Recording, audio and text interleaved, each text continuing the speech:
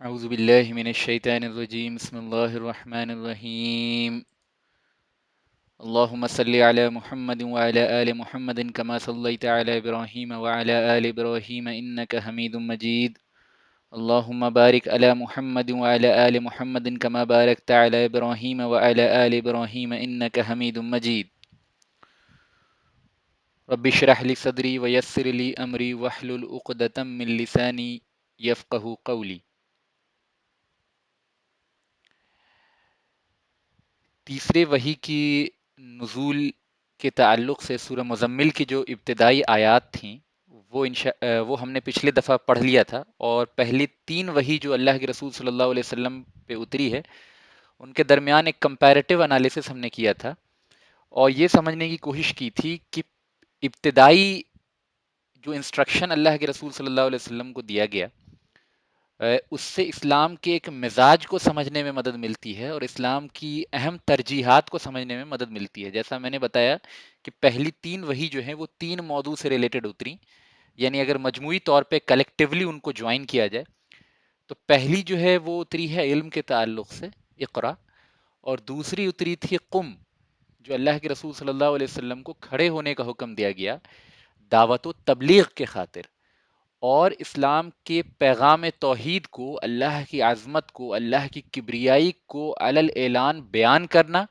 اور اس کو لوگوں تک پہنچانا، اور لوگوں کو اس کی قبولیت کے لیے کنونس کرنا، ترغیب دینا، یہ دعوت و تبلیغ میں آتا ہے۔ تو لہٰذا جو دوسرا اہم ترین حکم تھا، پہلا تو یہ تھا کہ اللہ تعالیٰ سے رسول اللہ صلی اللہ علیہ وسلم کو انٹروڈیوس کرایا گیا، اور اللہ کی توحید سے انٹروڈیوس کرایا گیا، اور ان تمام چیزوں کو علم کی کیٹیگری میں ہم ڈال رہے ہیں۔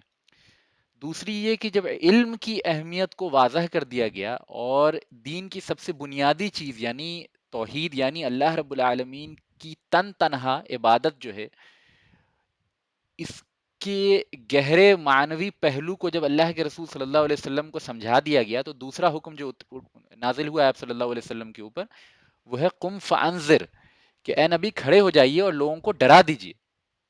کس بات سے ڈرانا ہے اس کے بارے میں تفصیلی بات ہو چکی ہے، یعنی پہلا علم کے تعلق سے، دوسرا دعوت و تبلیغ کے تعلق سے، اور تیسرا حکم جو رسول اللہ صلی اللہ علیہ وسلم پہ سورہ مزمل میں نازل ہوا ہے وہ قم اللیل الا قلیلا، کہ اے نبی رات کا قیام کیا کریں مگر تھوڑا، اور اس میں جو قیام اللیل کی اہمیت ہے اور بندے کا اللہ رب العالمین سے تنہائی میں جو تعلق ہوتا ہے عبادات کے ذریعے، اس کی اہمیت جو اسلام کے اندر ہے، اس کی جو سینٹرالٹی اسلام کے اندر ہے، اس پہ بات تیسری وحی کے اندر کی گئی تھی۔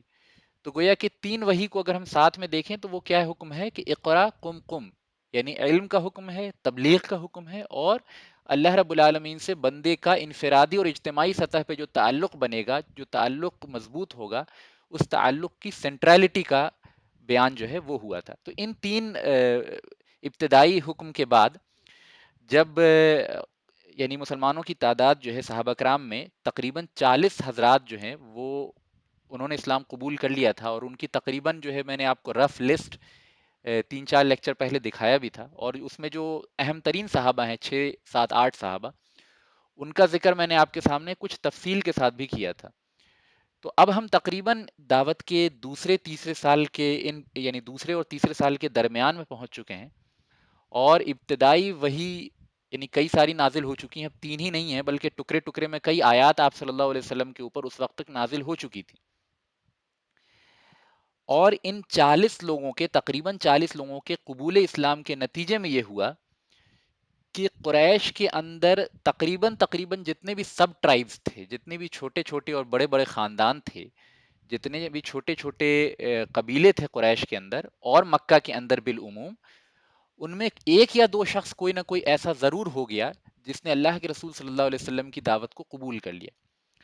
اب یہ اللہ تعالیٰ کی ہی حکمت تھی جس کو ہم آگے بیان کریں گے، کہ اللہ تعالیٰ نے کسی ایک قبیلے کے ذریعے پورا اسلام قبول نہیں کروایا، یعنی کوئی ایسا قبیلہ نہیں ہوا جس نے مکمل جو ہے اسلام کو قبول کر لیا ہو، بلکہ ہر قبیلے سے ایک دو ایک دو ایک دو تین چار اس قسم سے لوگوں نے قبول کیا اسلام کو۔ اس کی کیا حکمت تھی وہ ہم انشاءاللہ آگے سمجھیں گے، لیکن اس کے نتیجے میں جو فائدہ یہ ہوا کہ ہر خاندان کے اندر ایک دو شخص کا ایمان والا ہونے سے مکہ کے اندر جتنے بھی خانوادے تھے، جتنے بھی ٹرائبز تھے، ان کو اسلام سے فیملیرٹی حاصل ہو گئی، یعنی اب ان کے لیے اسلام کوئی انہونی چیز نہیں رہی، کوئی ان نون چیز نہیں رہی، لہٰذا اس کے نتیجے میں اب وہ اسلام کے بنیادی تعلیمات سے واقف ہو گئے. یعنی میں یہ نہیں کہہ رہا کہ جنہوں نے قبول نہیں کیا وہ بھی اسلام کو اچھے طریقے سے سمجھ رہے تھے، ایسا نہیں ہے معاملہ، لیکن کم سے کم اسلام کے بنیادی میسج سے ان کو ایک فیملیرٹی حاصل ہو گئی تھی اس بات کے نتیجے میں. اچھا، اب کیا ہوا معاملہ کہ چونکہ کوئی ایک مضبوط قبیلہ ایسا نہیں ہوا، کوئی ایسا گھر نہیں ہوا، کوئی ایسی فیملی نہیں ہوئی، کوئی ایسا خطہ نہیں ہوا جس کے تمام لوگوں نے قبول کر لیا ہو اسلام کو. تو جو صحابہ کرام تھے، جو اہل ایمان تھے، وہ ان لوگوں کے درمیان تھے جنہوں نے ابھی تک قبول نہیں کیا. ہر انسان جو ہے اللہ کے رسول صلی اللہ علیہ وسلم کے پاس آتا، دین سیکھتا، بنیادی جو وحی کی چیزیں تھیں اس کو سمجھتا، قرآن کی آیات کو محفوظ کرتا، اور پھر واپس ایسے لوگوں کے درمیان جاتا جو ایمان والے نہیں تھے، اور تنہا جاتا یا دو لوگ جاتے، ان کے باقی خاندان والے ابھی قبول اسلام کے شرف سے مشرف نہیں ہوئے تھے. تو کیا ہوا کہ اپوزیشن جو ہے، یعنی عام طور پہ خاندان کے اندر ایک جس کو کہتے ہیں نا کہ ایک نیگیٹو فضا جو ہے وہ قائم ہونی شروع ہو گئی. ہر خاندان کے اندر کوئی نہ کوئی ایک شخص تھا جو توحید کا پرستار تھا، جو بتوں کو نہیں مانتا تھا، جو یہ کہتا تھا کہ اللہ کے ماں سوا کوئی ہستی جو ہے عبادت کے لائق نہیں ہے، اللہ کے ماں سوا کسی کو کوئی قدرت و طاقت و استطاعت حاصل نہیں ہے. تو جب یہ بات اپنے خاندان میں کہی جائے گی، جب اس بات کو مضبوطی سے اس پہ عمل کرنے کی کوشش کی جائے گی، تو ظاہر ہے وہ انسان اپنے خاندان میں آئسولیٹڈ ہو جائے گا. یہ کوئی بہت اس میں راکٹ سائنس نہیں ہے اس بات کو سمجھنے میں. اس کے نتیجے میں کیا ہوا کہ صحابہ جو ہیں وہ کہیں نہ کہیں اپنی ہی فیملیز سے، اپنے ہی گھر سے کٹا ہوا محسوس کرنے لگے. ٹھیک ہے جی. تو ایک ٹینشن کا ماحول قریش کی ہر فیملی کے اندر دھیرے دھیرے شروع ہو گیا. اگرچہ یہ ٹینشن جو ہے وائلنس کی شکل اختیار نہیں کیا تھا اس وقت تک، جس وقت کی سٹڈی ہم کر رہے ہیں اس وقت تک ابھی کوئی وائلنس کی شکل جو ہے، الا ماشاء اللہ ایکسیپشنز ہیں، لیکن عام حالات میں، عام جو کنڈیشن تھی مکہ کی اس وقت، وہ ابھی وائلنٹ نہیں ہوئی تھی. ابھی ایک پیسفل ریزنٹمنٹ کا معاملہ تھا ہر فیملی کے اندر. ایک جو سمجھیے کہ وہ باتوں کا بند ہو جانا اور تھوڑی بہت تکلیف ہو جانا، کیونکہ اب ظاہر ہے صحابہ کرام جو ہیں عام فیملی کی تقریبوں میں شامل نہیں ہوتے تھے، عام فیملی کے فنکشن میں شامل نہیں ہوتے تھے. وہ جو ہے وہ ان کا جو فیسٹیول ہوتا تھا اس میں شامل نہیں ہوتے تھے، بتوں کی پوجا ہوتی تھی اس میں شامل نہیں ہوتے تھے، ان کے شعر و شاعری اور اس قسم کی جو دوسری مجالس ہوتی تھی اس میں شامل نہیں ہوتے تھے. تو ایک آئسولیشن کا معاملہ تو ہو ہی گیا تھا نا، ایک کٹاؤ کا معاملہ تو ہو ہی گیا تھا نہ چاہتے ہوئے بھی. تو اپوزیشن بھی سٹارٹ ہو چکی تھی، اگرچہ وائلنٹ نہیں ہوئی تھی. اسلام کے میسج سے فیملیرٹی بھی عام طور پہ مکہ کی فیملیز کے اندر ہو چکی تھی. اچھا، بیچ میں ایک بات ریکویسٹ یہ کر دوں کہ اگر بیچ میں میری آواز کبھی کٹ جائے یا کنیکشن کا کوئی ایشو ہو تو ایک بھائی جو ہے وہ کوئی بھی بھائی اپنے مائک کو آن کر کے مجھے انفارم کر دیں. ٹھیک ہے، کیونکہ مجھے معلوم نہیں چلے گا کہ کب کنیکشن آف ہو گیا یا آواز آپ تک نہیں جا رہی ہو. تو چلیے ٹھیک ہے. اب کیا ہوا، اب ایک اور مسئلہ سمجھ لیجئے. اس وقت بھی جیسا کہ عام طور پہ ہمارے یہاں سمجھا جاتا ہے، ایک عام کنفیوژن یہ ہے کہ نماز جو ہے وہ معراج کے موقع پہ فرض ہوئی، اور معراج سے پہلے جو ہے نماز فرض نہیں ہوئی تھی. دیکھیے یہ بات درست نہیں ہے. معراج کے موقع پہ نماز اس فارمیٹ میں فرض ہوئی ہے جس فارمیٹ کو ابھی ہم جس پہ عمل کرتے ہیں، یعنی 5 وقت کی نماز، فجر، ظہر، عصر، مغرب اور عشاء. یہ 5 وقتوں کی نماز اور ان کی رکعات کا تعین یہ معراج کے موقع پہ ہوا ہے. ٹھیک ہے، اس سے پہلے بھی نماز فرض تھی، لیکن ایک پریمیٹیو انداز کی نماز تھی وہ. یعنی صحابہ کرام معراج کی فرضیت جب ہوئی ہے نماز کی، اس سے پہلے اللہ کے رسول صلی اللہ علیہ وسلم اور صحابہ کرام نماز پڑھتے تھے، تو حالت نماز میں بھی وہ گفتگو کرنے کی اجازت تھی. وہ نماز اس طریقے سے پرفیکٹڈ فارمیٹ میں نہیں تھی جس طریقے سے ہم ابھی نماز کو جانتے ہیں. جیسے اب ہم نماز کے درمیان کلام نہیں کر سکتے، رائٹ؟ ہم نماز کے درمیان جو ہے کسی کے سلام کا جواب نہیں دے سکتے، ہم نماز کے درمیان واک کر کے گیٹ نہیں کھول سکتے، ہے نا؟ لیکن جو معراج سے پہلے کی نماز تھی اس کے تعلق سے یہ بات سمجھ لیجئے کہ مکہ کے ابتدائی دور میں بھی نماز فرض تھی، لیکن نماز کون سی فرض تھی؟ ایک قول یہ ہے کہ تہجد کی نماز فرض تھی. اور ہم سورہ مزمل میں دیکھ چکے ہیں کہ صحابہ کرام کا جم غفیر جو ہے، صحابہ کرام کی اکثریت جو ہے، بلکہ تمام صحابہ کرام تہجد کو پابندی سے حضور صلی اللہ علیہ وسلم کے ساتھ ادا کرتے تھے. ٹھیک ہے، تو ایک تو یہ ہے. لیکن یہ حتمی بات نہیں ہے، اس میں ڈفرنس آف اوپینین ہے اسکالرس کا. بعض کہتے ہیں کہ نہیں، تہجد فرض نہیں تھی، صحابہ اپنے شوق سے پڑھا کرتے تھے. اور بعض حضرات کا قول یہ ہے کہ تہجد اس وقت صحابہ کرام پہ اور رسول اللہ صلی اللہ علیہ وسلم پہ فرض تھی. تو ہم یہ مانتے ہیں کہ چلیے فرض نہیں تھی، لیکن دو نمازیں ایسی تھی جو فرض تھی اس وقت بھی، ایک صبح کے وقت اور ایک شام کے وقت، یعنی مغرب کے وقت اور ایک فجر کے وقت. یہ دو نمازیں جو تھی اس وقت فرض تھی. اور یہ دو نمازیں اس یعنی ویل فارمیٹڈ انداز میں نہیں تھی جیسے کہ ہماری ہے، کہ ہم جو ہے نیت کرتے ہیں، ہاتھ اٹھاتے ہیں، ہاتھ کو باندھتے ہیں، پھر پراپرلی رکوع میں جاتے ہیں، پھر سیدھے کھڑے ہوتے ہیں، پھر سجدہ کرتے ہیں، اور اس طرح سے ہم نماز مکمل کرتے ہیں. نماز کے درمیان ہم بات نہیں کر سکتے، نماز کے درمیان ہم سلام کا جواب نہیں دے سکتے. قرآن کی قرأت کتنی مقدار میں کرنی ہے، ان ساری چیزوں کا تعین ہے. تسبیحات کتنی بار پڑھنی ہے رکوع کے اندر، ان چیزوں کا تعین ہے. ٹھیک ہے. تو یہ ساری چیزیں ہیں جو اب ایک بالکل پرفیکٹڈ فارمیٹ میں ہے، جو معراج کے وقت اللہ کے رسول صلی اللہ علیہ وسلم کو اللہ نے براہ راست سکھا دی. لیکن اس سے پہلے کی جو نماز تھی وہ ذرا پریمیٹو تھی. اس حالت میں نماز میں آپ صلی اللہ علیہ وسلم سے احادیث میں ثابت ہے کئی روایات کے اندر کہ آپ نماز میں سلام کا جواب دے دیتے تھے. عبداللہ ابن مسعود وغیرہ سے مروی کئی روایات ہیں جس میں ہے کہ آپ صلی اللہ علیہ وسلم اور صحابہ کرام نماز میں جو ہے وہ سلام کا جواب بھی دیتے تھے. بلکہ یعنی اللہ کے رسول صلی اللہ علیہ وسلم جب نماز پڑھا رہے ہوتے تھے اور صحابہ پیچھے نماز پڑھ رہے ہوتے تھے تو اس موقع پہ بھی جو ہے وہ صحابہ پیچھے حالت نماز میں بھی ایک دوسرے سے گفتگو کر لیتے تھے ضرورت کے مطابق. ٹھیک ہے. اور اس وقت تک یہ چیز حرام نہیں تھی. پھر اللہ تعالیٰ نے سورہ اعراف کی آیت جب نازل کی تھی، آیت نمبر 204 ہے غالباً جہاں تک مجھے یاد آ رہا ہے، اور آخری آیت جو سورہ اعراف کی ہے کہ جب قرآن پڑھا جائے تو خاموش رہو اور دھیان سے سنو تاکہ تم پہ رحم کیا جائے. یہ مفہوم ہے اس آیت کا. تو اس کے نزول کے بعد جو ہے وہ یعنی کلام جو ہے منع ہو گیا حالت نماز میں. تو نماز اس وقت بھی فرض تھی، دو وقت کی نماز فرض تھی. صحابہ اس وقت نماز کیسے پڑھتے تھے؟ پبلکلی جو ہے حرم وغیرہ میں نہیں پڑھتے تھے. چھوٹی چھوٹی جماعت، چھوٹا چھوٹا دستہ جو ہے صحابہ کرام کا، وہ مکہ کی پہاڑیوں میں چلا جاتا تھا اور خاموشی سے نماز پڑھتے تھے. کیوں ایسا کرتے تھے؟ کیونکہ اللہ کے رسول صلی اللہ علیہ وسلم کا حکم تھا، اور ظاہر ہے کہ اللہ کے رسول کا حکم تھا تو گویا یہ اللہ کا حکم تھا کہ ابھی براہ راست کانفرنٹیشن نہ کیا جائے مکہ کے کفار سے، مکہ کے قریش سے. کیوں؟ کیونکہ تعداد بہت کم تھی، صحابہ کی تعداد انتہائی قلیل تھی. ٹھیک ہے. اور ابھی دین اس طریقے سے پرفیکٹڈ فارمیٹ میں نازل نہیں ہوا تھا. ابھی اللہ تعالیٰ کی طرف سے صبر کی تلقین کی گئی تھی. اللہ تعالیٰ کی طرف سے جو ہے وہ مقابلہ آرائی کا حکم نہیں آیا تھا. اس کے نتیجے میں صحابہ کرام کو عام یہ ہدایت تھی اللہ کے رسول صلی اللہ علیہ وسلم کی کہ ابھی جو ہے کنفرنٹیشن ایوائڈ کیا جائے اور خاموشی سے جو ہے وہ عبادت وغیرہ کی جائے. تو عام طور پہ صحابہ چھوٹے چھوٹے دستے میں نماز پڑھنے جو ہے وہ پہاڑوں میں جاتے تھے. اب ظاہر ہے پہاڑوں میں نماز کوئی پڑھتا ہے تو وہ عام گزرگاہ پہ تو نہیں ہوتا، تو لوگوں کی نوٹس میں نہ آئے. ٹھیک ہے. کیونکہ اللہ کے رسول صلی اللہ علیہ وسلم چاہتے تھے، اور وچ مینس کہ انٹرن اللہ چاہتا تھا اپنی حکمت بالغہ میں کے تحت کہ ابھی جو ہے وہ پہلے اسلام کی بنیادیں پختہ کی جائیں، ابھی لوگوں کو اس دعوت کی طرف متوجہ کیا جائے، ہر قبیلے کے اندر سے لوگ جو ہیں وہ اس دعوت کو لبیک کہہ لیں، اور ایک اچھی تعداد مسلمانوں کی ہو جائے، صحابہ کرام کی ایک تعداد ہو جائے. اب تعداد کا یہ مطلب یہ نہیں کہ اللہ کے رسول نے 1 لاکھ اور 2 لاکھ اور 10 لاکھ کی گنتی کو پورا کیا ہے، نہیں، بلکہ وہ یعنی وہ تعداد جو ہے وہ وقت اور جگہ کے حساب سے اس میں تبدیلی ہو سکتی ہے. تو ایک سرٹین اماؤنٹ آف صحابہ کرام کا کی جو گنتی ہو جائے، تھوڑی مضبوطی آ جائے مسلمانوں کے اندر، عقیدے وغیرہ پختہ ہو جائیں، بنیادی تعلیم و تربیت ہو جائے، شریعت کے بنیادی احکامات کا نزول ہو جائے، اس کے بعد کنفرنٹریشن کا جو ہے وہ پیریڈ آئے. تو اس بات کو مد نظر رکھتے ہوئے اللہ کے رسول صلی اللہ علیہ وسلم کا عام حکم تھا کہ خاموشی سے بھی یہ کام کیا جائے. اچھا، اس خاموشی کے باوجود یہ حکم آپ صلی اللہ علیہ وسلم نے ہرگز نہیں دیا تھا کہ تم سے کوئی اسلام کے بارے میں پوچھے تو اسے نہ بتاؤ.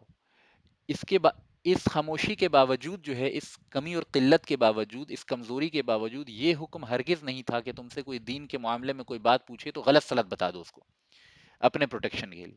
نہیں، اگر تو کسی نے پوچھ لیا اور اگر تو کسی سے سامنا ہو گیا، مقابلہ آرائی ہو گئی، کسی نے آپ سے کوئی سوال پوچھ ہی دیا، کسی نے آپ سے دعوت کے تعلق سے جو انکوائری کر لی، تو اس وقت اس کو بالکل حق بات بتانی ہے. اس میں جو ہے وہ اپنی مرضی سے لوگوں کی خوشنودی کے لیے دین اور اسلام اور اس کے میسج کے ساتھ تغیر نہیں کرنا ہے. یعنی اگر اس وقت بھی کوئی مشرکین میں سے صحابہ کرام سے پوچھتا کہ بتاؤ کیا تم ہمارے آباء و اجداد جن بتوں کو پوجا کیا کرتے تھے، جن بزرگوں کی عبادت کیا کرتے تھے، کیا ان کی عبادت کو تم غلط سمجھتے ہو؟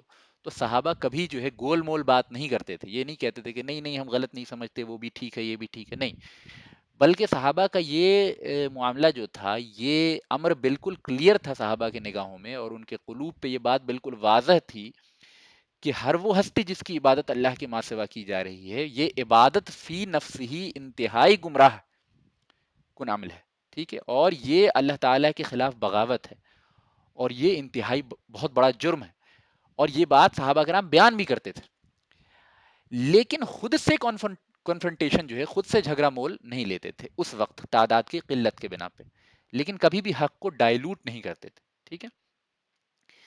تو اسی کا ایک واقعہ یہ ہے کہ جیسا کہ ابن اسحاق وغیرہ جو سیرت کی اولین کتابوں میں سے ایک ہے، اس میں یہ واقعہ ملتا ہے۔ سعد بن ابی وقاص، جن کا ذکر پہلے آ چکا ہے، بہت جید صحابہ میں سے ایک ہیں، وہ صحابہ کے ایک چھوٹے دستے کو نماز پڑھا رہے تھے پہاڑوں میں، تو کچھ مشرکین کا ادھر سے گزر ہو گیا، اور انہوں نے جو ہے وہ نمازوں میں خلل اندازی کی کوشش کی، کہا کہ تم لوگ کیا کرنا شروع کر دیے ہو، کیوں ہمارے معبودوں کو چھوڑ کے تم یہ کس کی عبادت کرتے ہو، اللہ کی عبادت تنہا کیوں کرتے ہو، اور ہمارے معبودوں کی پوجا کیوں نہیں کرتے؟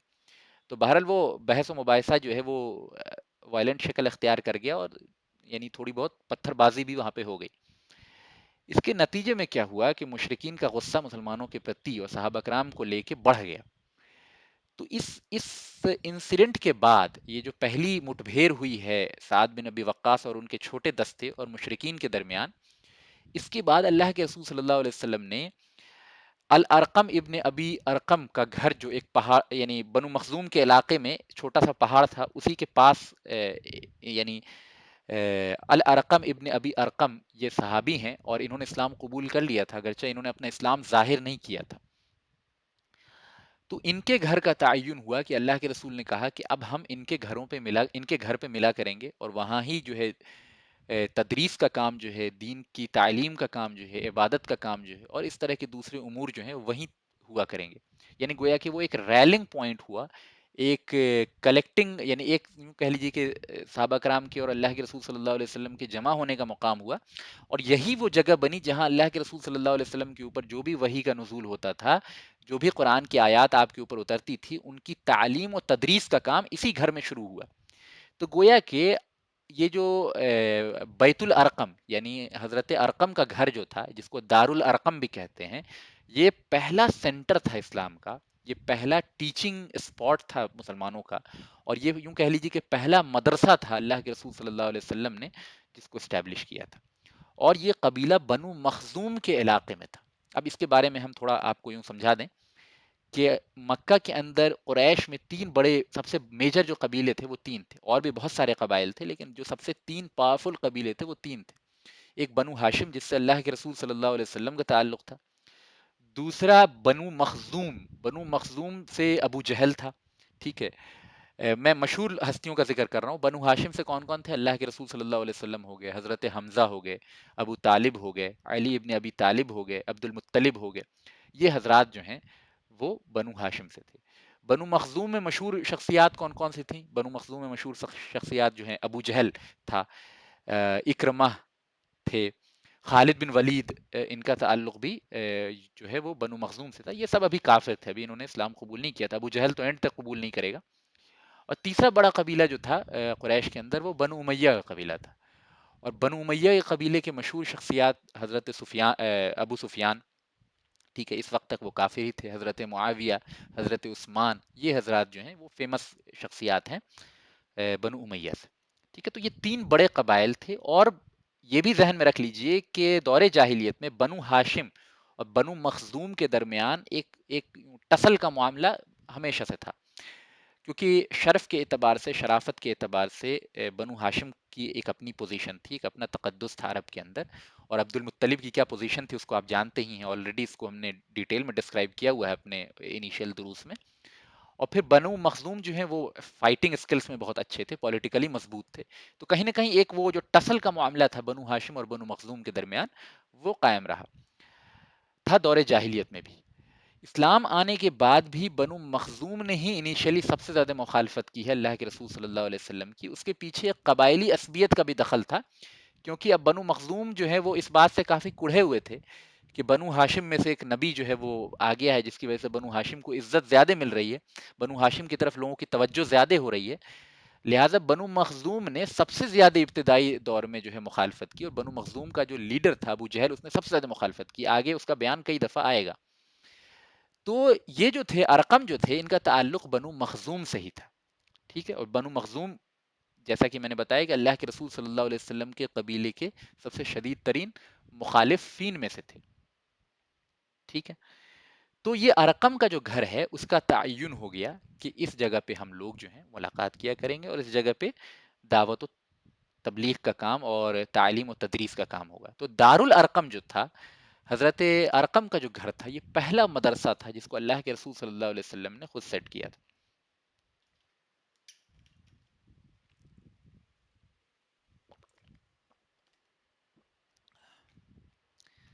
جی. تو یہ مقام جو تھا، اس میں یعنی دارالارقم میں جب صحابہ کرام ملتے تھے اور اللہ کے رسول صلی اللہ علیہ وسلم آتے تھے، تو وہاں کن موضوعات پہ بات ہوتی تھی، کیا سینٹرل ایکٹیویٹیز تھیں دارالارقم میں، وہ تھوڑا سا میں آپ کے سامنے بیان کرنا چاہتا ہوں. اور اس کے بعد ہم یہ سمجھیں گے کہ اللہ کے رسول صلی اللہ علیہ وسلم نے دارالارقم کی ہی چوائس کو ہی کیوں چوز کیا اپنے سینٹر کے طور پہ، اور پہلے مدرسے کے طور پہ، پہلے تعلیم گاہ کے طور پہ. ٹھیک ہے. تو پہلی چیز تو یہ سمجھ لیجئے کہ جو بھی آیات کا نزول اللہ کے رسول صلی اللہ علیہ وسلم کے اوپر ہوتا تھا، ان آیات کی تعلیم و تدریس کا کام دارالارقم میں ہی ہوتا تھا. اب یعنی اس مدرسہ، یہ فرسٹ مدرسہ جو تھا اللہ کے رسول صلی اللہ علیہ وسلم کا، اس کی سب سے اس میں جتنی بھی ایکٹیویٹیز ہوتی تھی، ان تمام ایکٹیویٹیز میں سینٹرالٹی جس ایکٹیویٹی کو حاصل تھی، وہ تعلیم قرآن کو حاصل تھی. گویا کہ قرآن کی آیات جو فریشلی اللہ کے رسول صلی اللہ علیہ وسلم کے اوپر نازل ہوتی تھی، ان آیات کے معنی و مفاہیم جو ہیں اللہ کے رسول صحابہ کے سامنے بیان فرماتے تھے، اور صحابہ کے دلوں پہ قرآن جو ہے وہ براہ راست ڈائریکٹلی اثر کرتا تھا. کیوں اثر کرتا تھا؟ اس کی کئی وجوہات ہیں. پہلی چیز تو یہ کہ صحابہ کرام سب سے فرسٹ ریزن قرآن کے صحابہ کرام کے اوپر اثر کرنے کا، سب سے فرسٹ ریزن جو ہے اخلاص کے بعد، پہلی چیز تو سب سے بڑی چیز جو ہوتی ہے وہ اخلاص ہوتا ہے. دل کی پاکیزگی جو سب سے بڑا ریزن ہوتا ہے. یعنی اس کے بعد دل کی پاکیزگی اور اخلاص کے بعد سب سے بڑا ریزن جو صحابہ کرام کے اوپر قرآن کی تاثیر کا تھا، وہ یہ تھا کہ وہ قرآن کو براہ راست رسول اللہ صلی اللہ علیہ وسلم کی زبان مبارک سے سن رہے تھے. گویا کہ اللہ کے رسول صلی اللہ علیہ وسلم کی ہستی وہ ہستی ہے جس کے قلب پہ قرآن براہ راست اللہ رب العالمین جبریل کے تھرو نازل فرما رہا تھا. گویا کہ اللہ کے رسول کا قلب یہ وہ مقام ہے، یہ وہ مرکز ہے جس پہ قرآن نازل ہو رہا تھا، اور آپ صلی اللہ علیہ وسلم کی زبان وہ ٹول ہے جس کے ذریعے یہ نازل شدہ کلام جو ہے دنیا کے سامنے آ رہا تھا. تو اس اعتبار سے دیکھا جائے تو قرآن اپنے موسٹ فریش فارم میں، قرآن اپنے موسٹ اوریجنل فارم میں، قرآن اپنے موسٹ ایبسلیوٹ فارم میں صحابہ کرام دی بیسٹ پاسبل وے میں اللہ کے رسول صلی اللہ علیہ وسلم سے براہ راست اپنے کانوں سے سن رہے. تو آپ صلی اللہ علیہ وسلم کی موجودگی اور آپ صلی اللہ علیہ وسلم کا قرآن پڑھانا اور اس کی تعلیم و تدریس کرنا، یہ صحابہ کرام کے کردار سازی میں، صحابہ کرام کی پوری زندگی کی تبدیل کرنے میں، یہ صحابہ کرام کی زندگی میں ریولوشن لانے میں، صحابہ کرام کی جماعت کا ایک ریولوشنری جماعت بنانے میں سب سے بڑا رول جس بات کا تھا، وہ اللہ کے رسول صلی اللہ علیہ وسلم کا پریزنس، اور آپ صلی اللہ علیہ وسلم کی زبان مبارک سے اور آپ صلی اللہ علیہ وسلم کی وجود مبارک سے قرآن کو سمجھنا براہ راست اپنے اوریجنل فارمیٹ میں، یہ سب سے بڑا ریزن تھا. دوسرا سب سے بڑا ریزن یہ تھا کہ قرآن اسی زبان میں کلام کر رہا تھا صحابہ سے جس زبان کے صحابہ عادی تھے. اب یہ بات آپ میں سے ہر کوئی جانتا ہے، میں یہ بات کہہ رہا ہوں تو ہر انسان کہے گا کہ نہیں بالکل یہ تو فطری بات ہے، وہ بھی عربی جانتے تھے، قرآن بھی عربی میں نازل ہوا. میرے کہنے کا وہ مقصد نہیں تھا. یہ بات تو جاہل سے جاہل آدمی بھی سمجھتا ہے کہ قرآن جو ہے صحابہ کرام کی زبان میں نازل ہوا تھا اور قرآن عربی میں نازل ہوا تھا. یہ جاہل سے جاہل انسان بھی جو ہے اس بات کو جانتا ہے، اور صحابہ کی زبان عربی تھی، قرآن کی زبان عربی تھی. میں یہ بتانا میرا مقصد ہی نہیں. اگر صرف یہ بات ہوتی تو ہم اور آپ عربی سیکھ کے بھی قرآن سے اس طرح استفادہ کر سکتے ہیں جس طرح صحابہ کرتے تھے، لیکن صرف یہ بات نہیں. اس کے پیچھے کئی یعنی اس کے لیئرز میں کئی معنی ہیں. پہلی چیز یہ سمجھ لیجئے کہ جب میں کہہ رہا ہوں کہ قرآن اسی زبان میں اسی انداز میں صحابہ سے بات کر رہا تھا جس انداز اور زبان کے صحابہ عادی تھے، تو اس سے مراد صرف زبان نہیں ہے، اس سے مراد یہ ہے کہ جس اسلوب کلام کے صحابہ عادی تھے اسی اسلوب میں بات کر رہا تھا. مثال کے طور پہ میں بتاتا ہوں، آپ میں سے جو لوگ انگلش جانتے ہیں، انگلش پڑھے ہوئے ہیں، جو اچھے سے سمجھتے ہیں انگلش کو، وہ اگر ماڈرن لٹریچر انگلش کی پڑھتے ہیں تو ان کو محسوس ہوتا ہے کہ ہاں یہ بات جو ہے وہ میری زبان میں ہو رہی ہے، مجھے بہت اچھے سے سمجھ میں آ رہی ہے یہ بات. لیکن وہی حضرات جب شیکسپیئر کی کتاب اٹھا کے پڑھتے ہیں، 200-300 سال پرانے لٹریچر اٹھا کے انگلش کی ہی پڑھتے ہیں سیم زبان کی، تو ڈسپائٹ دا فیکٹ کہ وہ سمجھ بھی رہے ہوتے ہیں لیکن اس کلام سے وہ انسیت محسوس نہیں کر سکتے ہیں جو کسی ماڈرن انگلش لٹریچر سے وہ محسوس کریں گے. کیوں؟ کیونکہ جب ماڈرن انگلش لٹریچر لکھا جا رہا ہے اور اس میں جو رائٹنگ سکلز ہے، اس کے جو بولنے کا انداز ہے، وہ وہی ہے جس کے آپ عادی ہیں صبح شام، جس کو آپ بول رہے ہوتے ہیں. اسی طرح اردو کے اندر بھی آپ میں سے جو حضرات، جیسے مثال کے طور پہ مدارس سے فارغ حضرات جو مدرسے کے پراپر ماحول کے اندر رہتے ہیں، ان کو ان کے سامنے وہ اردو بولی جائے جو اردو ان کے اساتذہ وغیرہ بولتے ہیں، جو ان کے استاد وغیرہ پڑھتے ہیں، جو اردو جو بیان کرتے ہیں اپنے دروس کے اندر، جو کلام میں استعمال کرتے ہیں جو اردو، تو وہ اس کلام سے بہت انسیت محسوس کریں گے. لیکن سیم اردو زبان اگر غالب کی اردو زبان اٹھا کے ان کے سامنے پڑھیے تو وہ سمجھ تو لیں گے، لیکن انسیت ایک الگ چیز ہوتی ہے اور سمجھنا ایک الگ چیز ہوتی ہے. زبان سے انسیت کئی مختلف وجوہات کی وجہ سے آتی ہیں، یعنی صرف زبان جاننے سے انسیت نہیں پیدا ہوتی.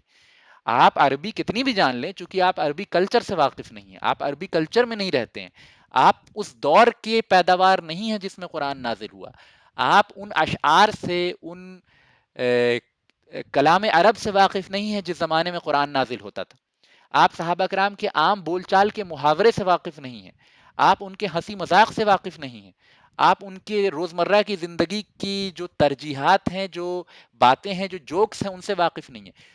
غرض یہ کہ ہزاروں ایسپیکٹ ہوتے ہیں، ہزاروں وجوہات ہوتی ہیں جن کے بنا پہ آپ کو کسی زبان سے انسیت ہوتی ہے. صرف زبان جان لینے سے آپ زبان کے مفہوم کو تو سمجھ جائیں گے لیکن اس سے اس طرح سے انسیت محسوس نہیں کر سکتے انلیس کہ آپ پراپر کلچرل الائنمنٹ اس زبان کے ساتھ آپ کا ہو. 20-25 فیکٹرز ہوتے ہیں جس کے بنا پہ آپ کسی زبان سے انسیت محسوس کرتے ہیں، تو وہ تمام فیکٹر صحابہ کرام کے ساتھ موجود تھے. تو قرآن جو براہ راست ان کے دل پہ اثر کرتا تھا، وہ کسی عربی میں ماہر سے ماہر انسان آج کے دور میں ہو جائے، اس کے دل پہ وہ اثر نہیں کر سکتا. یعنی اس کی اور بھی وجوہات ہیں، میں یہ نہیں کہہ رہا کہ یعنی اردو میں آپ قرآن پڑھیں، انگلش میں قرآن پڑھیں، اس سے تو کروڑ درجے بہتر ہے کہ آپ عربی زبان سیکھ کے جب قرآن سمجھیں گے تو اس کے اثرات بہت زیادہ ہوں گے. لیکن کتنی بھی آپ عربی میں مہارت حاصل کر لیں، آپ چونکہ صحابہ کے اس اسلوب سے، اس ایکسنٹ سے، ان تمام یعنی فیکٹرز جو میں نے آپ کے سامنے بیان کیے، اس کو کما حقہ اپنے اندر داخل نہیں کر سکتے. لہٰذا قرآن کی انداز گفتگو کو آپ اس طرح اپنے اندر جذب نہیں کر سکتے جس طرح صحابہ جذب کر رہے تھے. ٹھیک ہے، تو یہ بھی ایک ریزن تھا جس کے بنا پہ صحابہ قرآن سے براہ راست بہت استفادہ حاصل کرتے تھے. دوسری، آپ صلی اللہ علیہ وسلم کی ریولوشنری شخصیت، آپ کی عظیم شخصیت کی موجودگی کے بنا پہ قرآن کا جیتا جاگتا ثبوت وہ اپنے سامنے دیکھتے تھے. لہٰذا قرآن جو ایک دوسرے ہی انداز میں صحابہ کی زندگی کو تبدیل کرتا تھا. چوتھی اہم وجہ یہ تھی کہ جو بھی چیزیں اللہ کے رسول صلی اللہ علیہ وسلم تعلیم و تربیت و تدریس میں بیان کرتے تھے، صحابہ اس پہ دوڑ کے فوراً عمل کرتے تھے. اور اللہ تعالیٰ کا قانون یہ ہے، جیسا کہ علی ابن ابی طالب رضی اللہ عنہ سے بھی مروی ہے اور کئی صحابہ سے، کئی فقہا سے، کئی جو ہیں وہ ائمہ مسلمین سے یہ بات مروی ہے کہ علم جو ہے وہ عمل کرنے سے اس میں ترقی ہوتی ہے، فہم میں ترقی ہوتی ہے. اگر اس پہ عمل نہیں کیا جائے تو وہ یعنی یوں سمجھ لیجیے کہ بس الفاظ کا مجموعہ ہے، اگر اس پہ عمل کیا جائے تو اس کے اندر ڈیپتھ پیدا ہوتا ہے. تو صحابہ چونکہ فوراً ان چیزوں پہ عمل کرتے تھے، اپنی زندگی کے اندر فوراً تغیر و تبدیلی لاتے تھے جیسے جیسے قرآن نازل ہو رہا تھا، تو گویا کہ قرآن صحابہ کرام کے لیے ایک جیتا جاگتا، ایک زندہ کلام تھا، ایک جاوید کلام تھا. ان کے لیے کوئی تھیوریٹیکل کتاب نہیں تھی، قرآن ان کے لیے کوئی ریسرچ کا موضوع نہیں تھا، قرآن ان کے لیے کوئی اکیڈمک ڈسکشن کا ٹاپک نہیں تھا، قرآن ان کے لیے جو ہے وہ دلیل و مباحثے میں جو ہے آیات کوٹ کوٹ کر کے بحث کرنے کے لیے نہیں اتری تھی. قرآن ان کی زندگی کو براہ راست تبدیل کرنے کے لیے اترتی تھی. اور صحابہ کرام قرآن کو ویسے ہی لیتے تھے، بالکل زندہ حیثیت سے قرآن کو لیتے تھے. لہذا صحابہ پہ براہ راست قرآن کا بہت اثر ہوتا تھا. اور صحابہ کرام کی مجموعی شخصیت کی کردار سازی میں دارالارقم کا قیام اور وہاں اللہ کے رسول صلی اللہ علیہ وسلم کی تعلیم و تربیت کا بہت بڑا رول تھا. ٹھیک ہے، پھر یہ کہ قرآن اس زمانے میں جو نازل ہو رہا تھا اس میں سینٹرل تھیم جو تھا وہ ایک تو توحید تھا، ایک آخرت کا بیان تھا، جنت و جہنم کی تصویر کشی تھی، پھر یہ کہ حساب کا بیان تھا، اللہ تعالیٰ کے عذاب کا تذکرہ تھا، اللہ تعالیٰ کے انعامات کا تذکرہ تھا. یہ ساری چیزیں جو ہے صحابہ کرام کو اندر سے بہت موو کر رہی تھیں. اس کے نتیجے میں صحابہ جو اسلام قبول کرنے سے پہلے تھے اور جو اسلام قبول کرنے کے بعد تھے، اس میں آسمان و زمین کا فرق ہو چکا تھا. پوری کی پوری کردار جو ہے، پوری کی پوری پرسنالٹی جو ہے، پوری کی پوری جماعت جو ہے وہ ریولوشنرائز ہو گئی تھی صحابہ کرام کی. ٹھیک ہے. پھر یہ کہ اللہ تعالیٰ سے کی جو وہ آیات جس کو صحابہ کرام جس طریقے سے قبول کر رہے تھے، اس کے نتیجے میں اللہ سے محبت میں اضافہ ہو رہا تھا، جس کے نتیجے میں ان کی کردار میں یعنی ان کی شخصیت میں تزکیے کا پہلو بڑھ رہا تھا، پاکیزگی کا پہلو بڑھ رہا تھا، اللہ تعالیٰ سے ذکر و اذکار کا پہلو بہت بڑھ رہا تھا، جس کا ہم نے پچھلے دفعہ ذکر بھی کیا تھا قرآن کی آیات کے حوالے سے. اور اللہ کے رسول صلی اللہ علیہ وسلم کن کن چیزوں کی تعلیم دیتے تھے؟ صبر کی تلقین کرتے تھے، کیونکہ مخالفین جو ہے وہ اپنی مخالفت میں اب زور پکڑ رہے تھے اور صحابہ کرام کو ہر طرح کی مخالفت فیس کرنی پڑ رہی تھی. لہٰذا اس موقع پہ اللہ کے رسول صلی اللہ علیہ وسلم جہاں دوسری چیزوں کی تعلیم و تربیت کر رہے تھے صحابہ کی، وہیں صحابہ کو صبر کی بھی خوب تلقین کر رہے تھے. تو یہ اہم مضامین تھے جو اللہ کے رسول صلی اللہ علیہ وسلم اپنے درس و تدریس میں، اپنے تعلیم میں دارالارقم میں کور کر رہے تھے. ٹھیک ہے. اور اس کے ذریعے صحابہ کی ایک جماعت کو تیار کر رہے تھے، جس کے ذریعے سے وہ ریولوشن آنا تھا جو انشاءاللہ ہم اگلے، یعنی اللہ بہتر جانتا ہے، اللہ عالم اگلے کتنے دروس میں، لیکن یہی ٹاپک ہوگا اور یہی سلسلہ چلتا رہے گا کہ کس طرح اسلام نے صحابہ کرام کو یعنی زندگی کے اندر تبدیلی کی، کردار سازی کی، اور پھر صحابہ نے انٹرن جو ہے عرب کے اندر اور پھر عرب کے باہر جو ہے عجم میں کس طرح دنیا کو تبدیل کیا. تو یہ فاؤنڈیشن اسٹون تھا، یہ بنیادیں پڑ رہی ہیں صحابہ کرام کی. یہ اللہ کے رسول صلی اللہ علیہ وسلم صحابہ کرام کو تیار کر رہے ہیں، اور اس تیاری میں جو اہم مضامین ہیں، جو ٹاپکس ہیں جو کور کیے جا رہے ہیں، وہ اپنے آپ میں کتنے اہم ہیں اس کا اندازہ ہم لگا سکتے ہیں کہ آپ صلی اللہ علیہ وسلم نے اور اللہ تعالیٰ نے تمام ٹاپکس کو چھوڑ کے ان ٹاپکس پہ سب سے پہلے توجہ دی، اور ان ٹاپکس پہ سب سے پہلے جو ہے وہ یعنی تعلیم و تربیت کا کام کیا.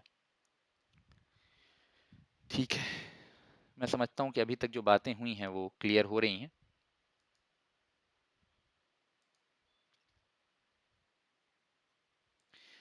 رمضان کے مہینے کا شیڈول، جی رمضان کے مہینے کا شیڈول وہی ہوگا جو سنڈے کو یعنی 3 بجے، فرائیڈے کو 10 بجے آج کل ہمارا درس چل رہا ہے. پورے رمضان جو ہے فرائیڈے کو 10 بجے نہیں ہوگا کیونکہ تراویح وغیرہ کا ٹائم رہتا ہے. تو سنڈے کو 3 بجے دن میں، ہر سنڈے 3 بجے دن میں، نیکسٹ سنڈے سے، اب یہ جو 2 دن بعد سنڈے آ رہا ہے اس سے نہیں بلکہ اس کا اگلا سنڈے جو آئے گا اس سے ہم 3 بجے کنٹینیو کریں گے درس کو، سنڈے کو 3 بجے اسی لنک پہ. چلیے آگے چلتے ہیں. تو کن وجوہات کے بنا پہ اللہ کے رسول صلی اللہ علیہ وسلم نے حضرت ارقم کے ہی گھر کو چوز کیا؟ پہلی جو حکمت تھی وہ یہ تھی کہ حضرت ارقم بنو مخزوم قبیلے سے تھے، اور بنو مخزوم بنو ہاشم کے دشمن تھے اور اسلام کے سب سے شدید مخالفین میں سے تھے. تو عام طور پہ کسی کے وہم و گمان میں بھی نہیں آیا کہ بنو مخزوم کے علاقے میں ہی ارقم کے گھر میں، جو کہ خود بنو مخزوم قبیلے سے تھے، اسلام کی ابتدائی تعلیم کی نیو رکھی جا رہی ہے اور اسلام کا ابتدائی مدرسہ وہاں سیٹ کیا جا رہا ہے. گویا یہ کہ اللہ کے رسول صلی اللہ علیہ وسلم کی حکمت کا ایک مظہر ہے، حکمت کا ایک مینیفیسٹیشن ہے کہ آپ نے اپنے دشمن کے ایکسپیکٹیشن سے اور دشمن کی توقع سے بڑھ کے سوچا، اور ایک ایسی جگہ کا تعین کیا جو ان کے وہم و گمان میں بھی نہیں تھا کہ بنو مخزوم کے علاقے میں، وہ یہی گمان کر سکتے تھے کہ بنو ہاشم کے علاقے میں کوئی علاقہ ہوگا جہاں اللہ کے رسول تعلیم و تربیت کا کام کریں گے، یا ابو بکر کا گھر ہوگا یا عثمان کا گھر ہوگا. ٹھیک ہے. لیکن کوئی یہ نہیں سوچ سکتا تھا کہ بنو مخزوم کے علاقے میں جو ہے وہ اللہ کے رسول صلی اللہ علیہ وسلم تعلیم و تربیت کا کام کریں گے. دوسری بنیادی بات یہ تھی کہ حضرت ارقم نے چونکہ اپنا اسلام اناؤنس نہیں کیا تھا تو ویسے بھی کسی کو شک نہیں ہو سکتا تھا اس مسئلے میں. تیسری اہم بات یہ تھی کہ حضرت ارقم کی عمر خود ہی 16 سال تھی، اور ان کا مکان جو ہے وہ ان کی اونرشپ میں تھا 16 سال کی عمر میں ہی. تو کوئی ایکسپیکٹ نہیں کرے گا کہ ایک 16 سال کے بچے کے گھر میں جو ہے وہ اتنا بڑا مدرسہ قائم کیا جائے اور اتنی اہم اسلامی تعلیمات کی نیو جو ہے وہ ایسی جگہ پہ رکھی جائے. تو یہ ساری چیزیں ہم دیکھ رہے ہیں کہ رسول اللہ صلی اللہ علیہ وسلم always defied the expectation of his enemies. آپ صلی اللہ علیہ وسلم نے ہمیشہ اپنے دشمنوں سے ایک قدم آگے سوچا ہے اور انتہائی عقل مندی سے جو ہے آپ نے پلاننگ کی ہے. تو کوئی یہ نہ سمجھے کہ آپ صلی اللہ علیہ وسلم صرف جو ہے اسپریچول لیڈر تھے ہماری اپنی اصطلاح میں، بلکہ آپ صلی اللہ علیہ وسلم آل راؤنڈر تھے. ہر معاملے کے اندر آپ انتہائی ذہین تھے. جہاں آپ تزکیہ میں اور اللہ تعالیٰ سے تعلق میں اور للہیت میں پوری کائنات میں سب سے اوپر تھے، وہیں آپ ذہانت میں بھی کسی سے کم نہیں تھے. ٹھیک ہے، اور یہ یعنی پوری سیرت میں یہ بات ایک کے بعد ایک سامنے آتی جائے گی. دوسری بہت بڑی وزڈم اور بہت بڑی اللہ تعالیٰ کی حکمت اس میں یہ تھی کہ عرب کی بنیاد، جیسا کہ ہم پہلے پڑھ چکے ہیں، وہ قبائلی عصبیت کی بنا پہ تھی. عرب کی سوسائٹی جو ہے وہ قبائلی لائلٹی کے بنیاد پہ قائم تھی. گویا کہ ہر انسان اپنے قبیلے سے لائل ہوتا تھا، اگرچہ اس کا قبیلہ غلط ہی کیوں نہ ہو. اور جس کو اسبیہ کہا جاتا ہے اسلامی ٹرمینالوجی میں، یعنی اپنی گروپ آف پیپل کے ساتھ آپ کی لائلٹی اس حد تک ہو کہ صحیح اور غلط کی تمیز کو بھول کے اللہ کے حکم کی اور اللہ کی نافرمانی، اللہ تعالیٰ کی رضا اور اس کی ناراضگی کو بھول کے انسان جو ہے وہ اپنی لائلٹی کی بنیاد اپنے قبیلے اور اپنے علاقے اور اپنے خاندان کے ساتھ باندھے. اس کو عصبیہ کہا جاتا ہے. تو عرب کی بنیاد ہی قبائلی عصبیت پہ تھی، اور آپ صلی اللہ علیہ وسلم نے بنو مخزوم کے ایک فرد کے گھر میں اسلام کی تعلیمی بنیاد کی نیو ڈال کے یہ ثابت کر دیا کہ اسلام ان قبائلی بنیاد پہ بٹی ہوئی سوسائٹی کو تسلیم نہیں کرتا. اسلام میں اس کی کوئی گنجائش نہیں ہے کہ آپ دوسرے قبیلے سے ہیں تو آپ ان اینی وے انفیریئر مسلم ہیں. آپ صلی اللہ علیہ وسلم اور صحابہ کرام اگر اس چیز کو مانتے تو حضرت ارقم کو ویلکم فیل نہیں ہوتا اس گروپ کے اندر، مسلمانوں کی اس حلقے کے اندر، صحابہ کرام کے حلقے کے اندر. اگر ہم اور آپ ہوتے تو چونکہ حضرت ارقم کے تمام فیملی اور ان کے تمام قبائل جو ہیں وہ اسلام کے دشمن بنے ہوئے تھے، تو کہیں نہ کہیں ایک ہاسٹیلٹی کا ماحول جو ہے حضرت ارقم محسوس کرتے صحابہ کرام کے حلقے میں اپنے خلاف. لیکن ایسا نہیں تھا، بلکہ اللہ کے رسول صلی اللہ علیہ وسلم نے ان کے گھر کو ہی مرکز قرار دیا. یہ عرب کی قبائلی عصبیت کی سب سے پہلی کمر توڑی گئی اسلام کے ذریعے.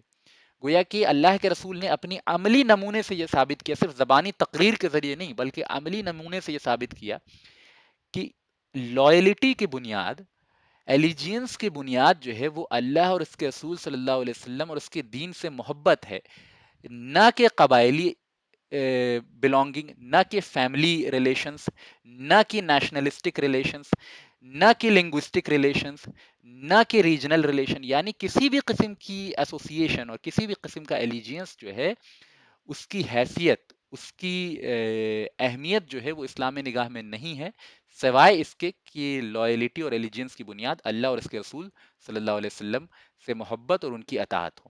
اب اس کا یہ مطلب ہرگز نہیں ہے کہ ایک انسان اپنے آپ کو اپنے قبیلے سے اسکرائب نہیں کر سکتا ہے یا اپنے قبیلے سے جو ہے وہ ایسوسیٹ نہیں کر سکتا ہے. نہیں، اس سے مناہی نہیں ہے، بالکل فطری بات ہے. صحابہ کرام اپنے آپ کو اپنے قبیلے سے ایسوسیٹ کرتے تھے، اس میں کوئی حرج کی بات نہیں ہے. حرج کی بات یہ ہے کہ اپنے قبیلے کو یا اپنی جگہ کو یا اپنے نیشن کو یا اپنی زبان کو یا اپنے ریجن کو اللہ اس کے رسول صلی اللہ علیہ وسلم کے احکام سے اوپر سمجھا جائے یا اس کے برابر سمجھا جائے، یا اس کے قوانین اور کلچر کو اسلام کے قوانین اور کلچر کے برابر یا اوپر سمجھا جائے. یہ ساری چیزیں پرابلمٹک.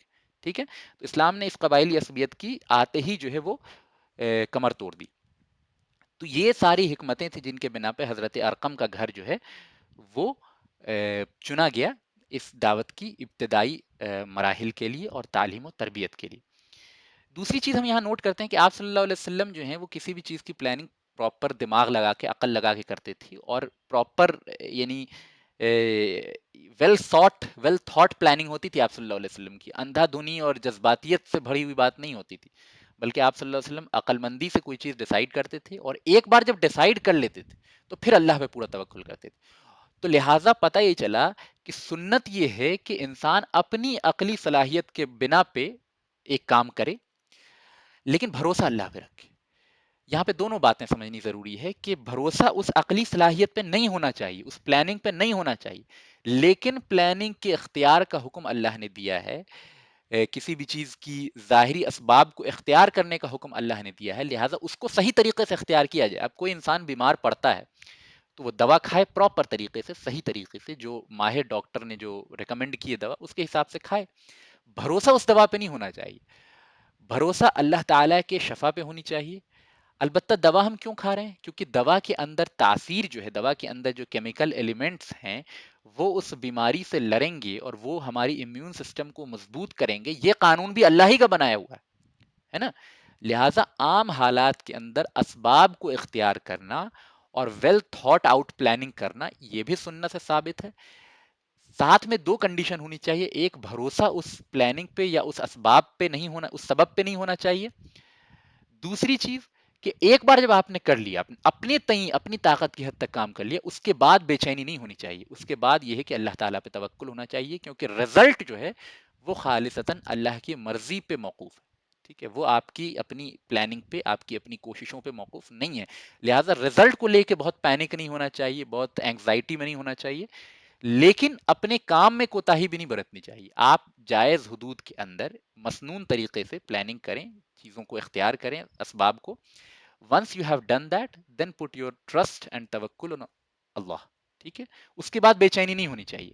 اگر ایک بار آپ نے پلاننگ کر لی، اب اس کے بعد بے چینی نہیں ہونی چاہیے، کیونکہ آپ نے مسنون طریقے سے پلاننگ کر لی ہے، اب اللہ پہ بھروسہ ہے۔ Result is totally dependent on the will of Allah. چلیے، تو اب ہم دیکھتے ہیں ابتدائی دور میں اپنی بات کے اختتام پہ پہنچ رہا ہوں انشاءاللہ، اب 2-3 منٹ 4 منٹ میں یہ آج کا درس جو ہے کلوز کریں گے۔ تو ہم یہ دیکھتے ہیں کہ انیشیلی جو ہے ہر قبیلے کے اندر کچھ لوگوں نے اسلام قبول کیا، جیسا کہ میں نے ابتدا ہی میں آج کے درس میں بتایا ہے۔ تو کوئی بھی قبیلہ جو ہے فل فلیجڈ اسلام قبول نہیں کیا تھا۔ اس کے نتیجے میں کیا ہوا کہ اسلام کو کوئی پولیٹیکل سپورٹ اس وقت تک نہیں ملا۔ کیوں؟ کیونکہ ایک پورا قبیلہ اگر قبول کر لیتا تو چونکہ عرب کے بنیاد جو ہے وہ اسی بات پہ تھی کہ قبیلہ جو ہے سپورٹ کرتا تھا، تو اگر کوئی قبیلہ مکمل طور پہ قبول کر لیتا تو وہ سب جو ہے یونائٹ ہو جاتے اور اسلام کو سپورٹ کرتے، اللہ کے رسول صلی اللہ علیہ وسلم کی دعوت کو پلیٹ فارم عطا کرتے۔ لیکن یہ نہیں ہوا۔ بظاہر یہ نیگیٹو بات لگ رہی ہے، لیکن اللہ تعالیٰ کی حکمت میں یہ ایک پازیٹیو بات تھی، لہٰذا اللہ نے اس کو اسی انداز میں کرایا، جس کے نتیجے میں کیا ہوا کہ پہلی چیز قبائلی عصبیت کی بیک بون ٹوٹ گئی۔ جیسا کہ میں نے پہلے بیان کی کہ ہر قبیلے سے 2 شخص 3 شخص ایک آدمی اسلام قبول کر لیا تھا، اور اس کی الٹیمیٹ لائلٹی، صحابہ کرام کی الٹیمیٹ لائلٹی اللہ اس کے رسول صلی اللہ علیہ وسلم کی طرف لائی کر رہی تھی rather than their own tribes۔ تو اس سے قبائلی عصبیت کی بنیاد جو ہے وہ چور چور ہو گئی۔ دوسری اہم بات یہ کہ اگر کوئی قبیلہ پورا کا پورا اسلام قبول کر لیتا اور یونائٹ ہو جاتا، تو اگرچہ حضور صلی اللہ علیہ وسلم کو پلیٹ فارم مل جاتا اور ایک سپورٹ مل جاتا، لیکن باقی تمام قبائل جنہوں نے قبول نہیں کیا تھا اسلام، وہ سارے یونائٹ ہو کے اس قبیلے پہ چڑھ دوڑتے۔ اس کے نتیجے میں پھر یہ ایک ٹرائبل وار ہی کی شکل اختیار کر لیتا، جو کہ اسلام کے مقصود میں سے نہیں تھا۔ لہٰذا اس وقت اللہ نے یہ مناسب سمجھا کہ خون خرابہ نہ ہو اور ہر قبیلے سے کچھ لوگ قبول کریں، تاکہ ہر قبیلے کے اندر عصبیت کی جو بنیاد ہے، ٹرائبل لائلٹی کی جو بنیاد ہے، وہ ٹوٹے، ٹھیک ہے؟ اور دھیرے دھیرے ہر قبیلے کے اندر میسج جو ہے اسلام کا پہنچ جائے۔ اللہ کے رسول صلی اللہ علیہ وسلم ہم دیکھتے ہیں، سیرت پہ غور کرتے ہیں تو دیکھتے ہیں کہ آپ صلی اللہ علیہ وسلم نے ارلی پیریڈ آف دعویٰ میں، ارلی پیریڈ آف تبلیغ میں سیکریسی کا اہتمام کیا، رازدانی بہت زیادہ کی، خاموشی سے پلاننگ کی، خاموشی سے کام کیا، خاموشی سے دعوت دی، خاموشی سے نماز پڑھنے کا حکم دیا۔ تو اس سے پتہ یہ چلا ہے کہ مسلمانوں کے بینیفٹ کے لیے جو ہے، اور دعویٰ کے بینیفٹ کے لیے، تبلیغ کے بینیفٹ کے لیے، خاموشی سے کام کرنے میں کوئی برائی نہیں ہے۔ برائی ہے کام سے رک جانے میں۔ اگر آپ کو یہ لگتا ہے کہ آپ کے دین تبلیغ کے کام میں اور دین کے تعلیم کے کام میں کو ظاہر کر دینے سے دنیا کے سامنے جو ہے وہ نقصان ہونے کا اندیشہ ہے مسلمانوں کو، اور اس دعوت کے رک جانے کا اندیشہ ہے، تو اس کو یعنی اس کو آپ مخفی رکھ سکتے ہیں، چھپا سکتے ہیں، اس میں کوئی حرج کی بات نہیں۔ حرج کی بات تب ہوگی جب آپ اسے چھپائے بھی نہیں اور کام بھی کرنا چھوڑ دیں۔ تو ہم اللہ کے رسول صلی اللہ علیہ وسلم کی سنت سے دیکھتے ہیں کہ to maintain secrecy for the protection of Muslim and for the protection of تبلیغ، فار دا پروٹیکشن آف دعویٰ از کمپلیٹلی الاؤڈ، ٹھیک ہے؟ لیکن اس سے دعوت و تبلیغ ہیمپر نہیں ہونی چاہیے، یعنی اتنی سیکریسی نہیں ہونی چاہیے کہ کام ہی نہ کریں آپ، ٹھیک ہے؟ Certain level of secrecy maintain کرنا، اور پبلک ڈومین سے، یعنی لوگوں کی نگاہ سے اگر حالات سازگار نہیں ہو تو خاموشی کے ساتھ کام میں لگے رہنا، تاکہ زمینی سطح پہ لوگ تیار ہوتے رہیں، یہ بالکل سنت سے ثابت ہے، ٹھیک ہے؟ ہر چیز اعلان کر کے کرنا جو ہے یہ کوئی ضروری امر نہیں ہے، انلیس کہ اسلام جو ہے تھوڑا مضبوط ہو جائے، ٹھیک ہے؟ تو maintaining secrecy is allowed and is proven from سنہ، but that secrecy should not stop the process of dawah, it should not hamper the process of tabligh، ٹھیک ہے؟ and that secrecy should be maintained for the sake of dawah، اس secrecy کو اس لیے maintain کرنا ہے کہ تاکہ دعوت تبلیغ مزید مضبوط ہوتی چلی جائے زمینی سطح پہ، نہ کہ خوف سے اور دہشت سے اور ڈر سے اور اپنی کم ہمتی سے کی وجہ سے. تو اہم بات یہ سمجھنا ضروری ہے کہ ہر بات علی الاعلان کرنا ضروری نہیں ہے، خاموشی سے بھی کی جا سکتی ہے، اور وہ خاموشی کس کے بینیفٹ کے لیے ہونی چاہیے؟ اہل اسلام کے بینیفٹ کے لیے اور تبلیغ کے بینیفٹ کے لیے. اور یہ خاموشی تبلیغ کی راہوں میں رکاوٹ نہیں بننی چاہیے. ایسی خاموشی نہیں ہونی چاہیے کہ اسلام کے احکامات جو ہیں لوگوں کے اوپر جو ہیں وہ مبہم ہو جائیں، لوگ جو ہیں اسلام کے احکامات کو ہی بھول جائیں. بہت سے پہلو دین کے آج جو ہیں لوگوں کی نگاہوں سے اوجھل ہو چکے ہیں. ٹھیک ہے، اس میں سے ایک بہت اہم پہلو ہے جو ہے وہ الولا والبرا کا ہے، یعنی اللہ تعالیٰ کے لیے دوستی رکھنا اور اللہ تعالیٰ کے لیے دشمنی رکھنا.